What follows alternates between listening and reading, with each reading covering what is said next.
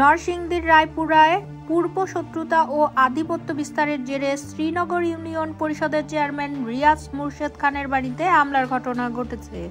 শুক্রবার দুপুর 1:40 শ্রীনগর ইউনিয়নে এ ঘটনা ঘটে।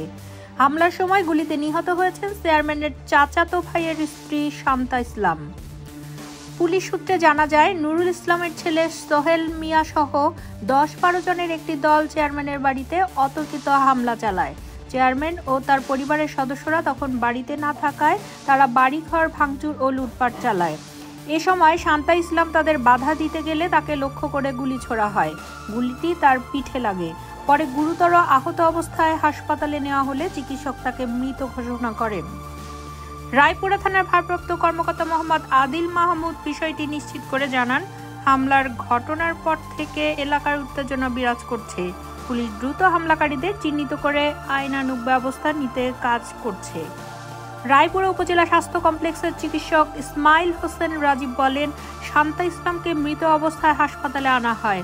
তার শরীরে গুলির চিহ্ন পাওয়া গেছে। স্থানীয়দের মতে, দীর্ঘদিন ধরে এলাকার আধিপত্য বিস্তার নিয়ে দুই পক্ষের মধ্যে বিরোধ চলে আসছিল।